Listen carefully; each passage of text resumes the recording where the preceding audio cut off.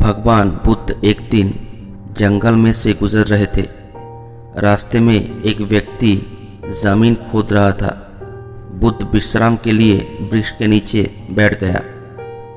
उस व्यक्ति को खोदते खोदते एक कलश मिला। कलश में हीरे जवाहरात भरे हुए थे। उसने सोचा, आज मेरा भाग्य जाग उठा है।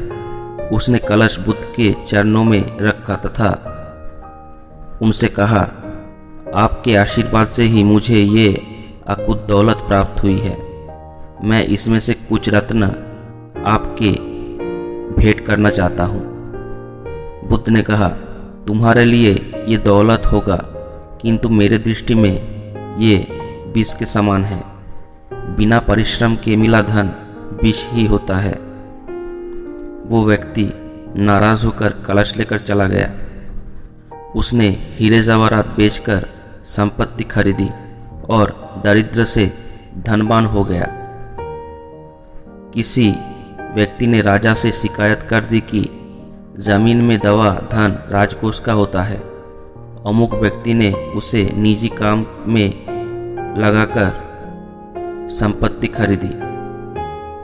राजा ने उस व्यक्ति को पकड़वाया और उसे राजसभा में बुलवाया और कलश जमा करने को कहा।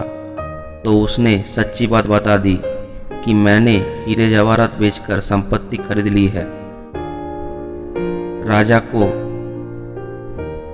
इस बात से गुस्सा आया और उसने आदेश दिया कि उस व्यक्ति को और उसके परिवार को जेल में डाल दिया जाए। एक दिन राजा जेल की निरीक्षण कर रहे थे। उस व्यक्ति से भी मिला।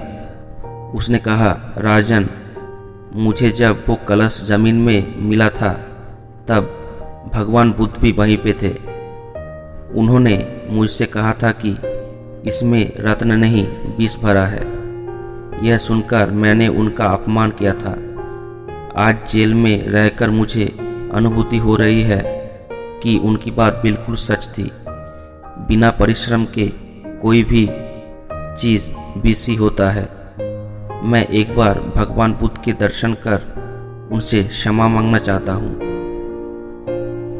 राजा ने भगवान बुद्ध को ससम्मान राज्य में आमंत्रित किया। जेल से निकालकर उस व्यक्ति को बुद्ध के पास ले जाया गया। उसने उनको चरणों में बैठकर क्षमा मांगा तथा कहा, आपकी बात सत्य थी। कलश में वास्तव में विष था जिसने मुझे जेल भिजवाया।